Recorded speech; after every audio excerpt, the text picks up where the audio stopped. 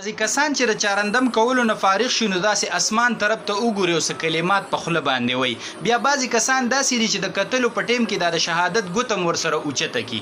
راځئ چې موږ او تاسو معلوم کړو چې آیا دا عمل د الله د پیغمبر صلی الله علیه وسلم نه ثابت دی که نه دی ثابت. که دا عمل چېرته ثابت وي نو چې کوم کسان یې کوي نو زموږ د دې پیغام په وجه به هغوی ته داد میلاو شي، او که کوم کسان یې نه کوي نو هغوی به دا عمل شروع کړي. او که دا عمل چېرته ثابت نه وي نو چې د کومو کسانو عادت ګرځېدلی نو چې هغوی د دې عمل نه څه شي دا منه شي.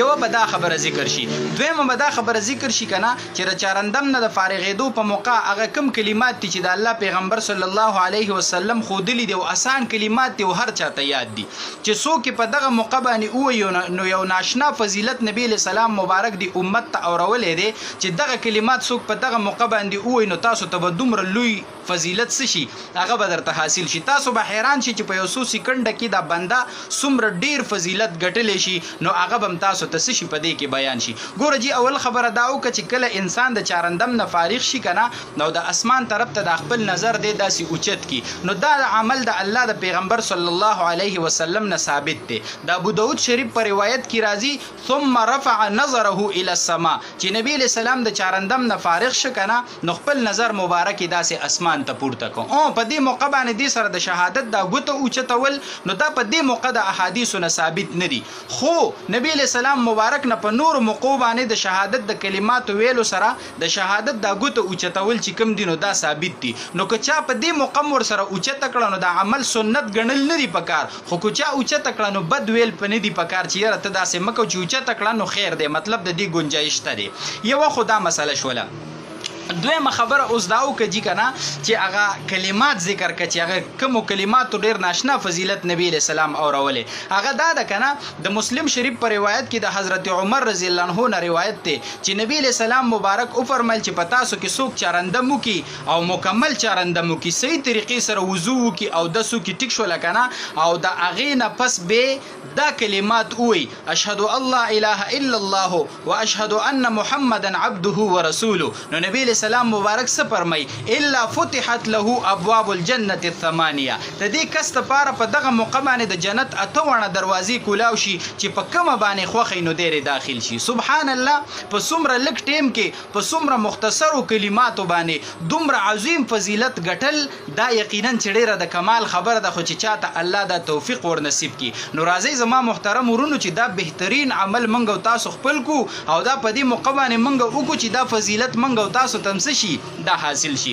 اوس دلته یوه خبره دا وکړه جي که چا په غسلخانه یا په باتروم کې چارندم وکړو نو هلته هغه له دا کلمات ویل نه دي پکار جي ښه. که د باتروم او غسلخانې نه راووتې نو د هغې نه پس بیا دا کلمات څه که دا په ووایه، په زړه کې ویلی شو خو په ژبه باندې په باتروم یا په غسلخانه کې دننه دا کلمات تاله ادا کول د چارندم نه بعد نه دي پکار. اوس بله خبره دا وکړه که سړي چارندم وکړو که نه او د دا بره کتل نو دی کې ډایرک اسمان ته کتل ضروري دي که نه صرف ستاره سر د پاسه چت دی که صرف بره کتل دی پکې نو اسمان ته کتل پکې ضروري نه دي چې سړی فارغ شو صرف اسمان طرف ته داسې وکتل او دا د شهادت کلمات څه دي دا د ځان سره ادا کړي نو دته دا فضیلت حاصلیږي او دا سنت طریقه دا په دې باندې څه کېږي دا ادا کېږي.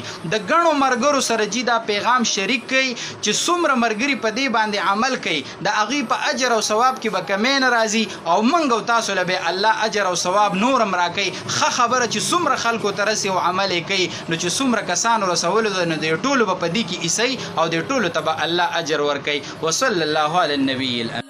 دا ځوان وګورئ که نه په موټر سایکل لګیا دی مونځ کوي، داسې نمونې زموږ سره شته دی ښه، داسې نمونې به د بل چا سره وي. ہائے ہائے مجھے رہزنوں سے گلا نہیں تیرے رہبری کا سوال ہے. اے مسلمان کافر خو کافر دی، اخو کو زما په دین پسې ټوکې او مسخرې کوي نو هغه خو کافر دی، خو زما دشمن دی.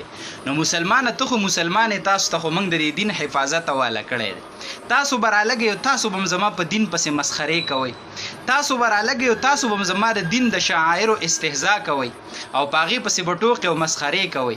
زما عزتمندو دا کم ځوان چې لګیا دی په دې موټر سایکل باندې دا د مانځه پیښې کوي که نه، تاسو ووایئ په نارمل حالاتو کې به دا منځګزار وي، دا منځګزار سړی نه معلومیږي. ان الصلاة تنهى عن الفحشاء والمنکر، مونځ سړی د بدو کارونو نه منې کوي ته رالګې په موټر سایکل باندې د مانځه پیښې کې. اوس دې ته خبره ورسېده، دې حد ته خبره ورسېده. او دا داسې نوجوان چې وي دا د مور او پلار نه په اول نمبر باغي وي، ځکه یو مور او پلار هم دا نه خوښوي چې زما بچی د موټر سایکل په داسې طریقه وچلوي.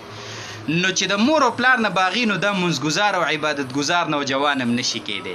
نو پاتې شوه خبره څه، اوس په موټر سایکل باندې چې ته کومې نخرې کې هر قسمه نخرې خو دې وکړې، خپې دې په ځان روچتې کړلې، هر قسمه نخرې دې وکړې. پاتې شوه د مانځه استهزا ته خبره چې اوس به د مونځ پورې نخرې کې او په مانځه پورې به ټوخې کې په موټر سایکل باندې. دې ته خبره راورسېده، دې حد ته خبره راله. وای چې مې خپل یار په کاڼو ولي نو د پردو نه څه ګیله ده، اول خو ګل سورې سورې کړم نو د ازغو نه څه ګیله ده. خپل دا نخرې شروع کړي، په دین پسې ټوکې او مسخرې شروع کړلې، خپل دا لوبه شروع کړله. ټیک شوله که نه؟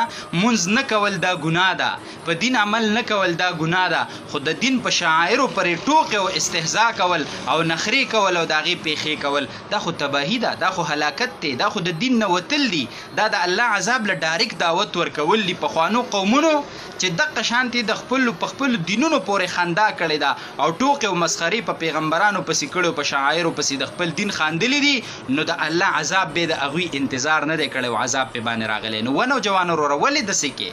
موږ در باندې خفه کېږو، موږ د خیرخوا یو، موږ ویو چې ته نه پوهېږې، ته د خپل ځوانۍ په نشه کې او په جذباتو کې ته نه پوهېږې، موږ در له بریک لګو، موږ در سره احساس پیدا کوو، موږ دې خوځوو چې ای مسلمانه، ای نوجوانه سوچ وکړه.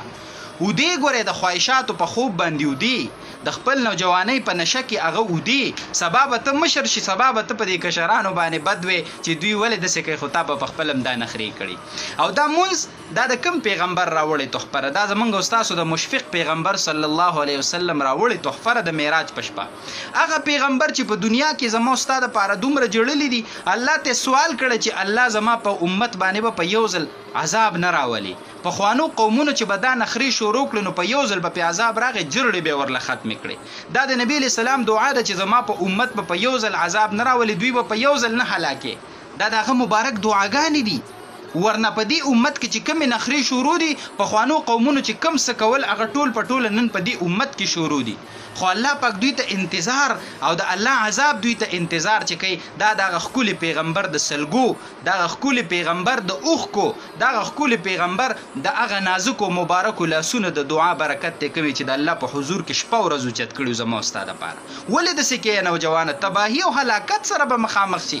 و د خدای بنده ته دې ته پاتې شولې، دا خو کو غیر کوي په سختۍ سره یې منې کا، دا خو کو بل کوي په سختۍ سره یې منې کا، که نه پوهېږي څپېړې تې پورته کا. قانون خو نشته، نظام خو نشته په دې ملک کې، قانون خو نشته، ورنه چې دا داسې خلک یې ځوړندولې، دوی له سخترینه سزا ورکولې. کم حد ته خبره ورسېده. هغه مهربانه پیغمبر دا تحفه زمونږ دپاره راوړې ده، نن په هغه تحفه پورې ته ټوکې او خنداګانې کې. هغه پیغمبر چې د قیامت په ورځ به هر پیغمبر د نفسي صدا کوي. د آدم علیه السلام نه راواله د عیسی علیه السلام پورې به یو پیغمبر دا جرأت نشي کولی چې د الله په مخ کې خبرې وکړي. دومره به الله په قهر او غضب کې وي. نبی علیه السلام فرمایي د قیامت په ورځ به الله دومره غوسه وي چې نه به د دې نه مخکې دومره غوسه شوي، نه به د دې نه وروسته دومره غوسه شي. او د غصې اندازې د دې نه والی چې هغه پیغمبر د ابراهیم علیه السلام غوندې چې د الله په مینه کې اور ته واچولی شو، هغه پیغمبر د اسماعیل علیه السلام غوندې چې د الله په مینه کې چړۍ ته سملولی شو، هغه پیغمبر د زکریا علیه السلام په شان چې هغه په اره باندې ټوکړۍ کړلی شو، هغه پیغمبر د یوسف علیه السلام چې کوهي ته وغورځولی شو، ټیک شو لکه نه، او سوز یې خرڅ کړلی شو، جیلونه یې وخوړل، هغه پیغمبر د یعقوب علیه السلام په شان چې څومره سخت او تکلیفونه یې تیر کړل. ټیک شو لکه نه. نو هغه پیغمبران به هم د الله په مخ کې د خبرو جرأت نشي کولی، الله به دومره په قهر او غضب کی. او زمونږ او ستاسو نبی علیه السلام فرمایي د الله په علم کې چې څومره شمیر دی د رحمتونو که نه، دومره رحمتونه دی الله په قبر مبارک نازل کی، دومره ډیر رحمتونه دی په الله نازل کی. مړه قسم دی موته چې د یو بل سره دا چهرې لګو که نه، دغه مبارک پیغمبر د دعاګانو د جړاګانو برکت دی. نوجوانه په کسه کندو کپرو باندې سره مړه کم طرف ته ګمراه شوي، د تباهۍ سره مخامخ ځان د غرق او تباه که رالګي اوس د دین په شاعرو په ټوکې او مسخرې کې. نو دا خو دغه پیغمبر دعاګانې دي، فرمایي چې زه راشم په دغه سخته ورځ د عرش ته لاندې په سجده پرېوځم، ټول قوم به سره د انبیاو کوشش کوي چې الله څنګه رضا کو. او سبحان الله د کمال خبره ته خو دې ته غوږ کېده، الله جل شانه به زمونږ پیغمبر رضا کوي. اوچت که سر څه غواړې چې درکم دلو د چا شفاعت کې چې شفاعت دې قبول کړم. سبحان الله، دې کمال ته وګوره. په پولیس سرات باندې به امت ته د اسانۍ لارې ګوري د حوض کوثر په غاړه به امت ته د حوض کوثر جامونه ورکوي او د امت شفاعت به کوي او شفاعت پې قبولي دا څومره کمالي پیغمبر دی دا څومره عظیمه هستي ده نن د هغه په راوړې تحفه پورې نوجوان خندا کوي نوجوان خدای دې پوی که والله دې تا ته هدایت وکړي او رسوئ دا د نوجوانانو ته دا پیغام چې دا واوري او په دې باندې عمل وکړي وصلی الله علی النبی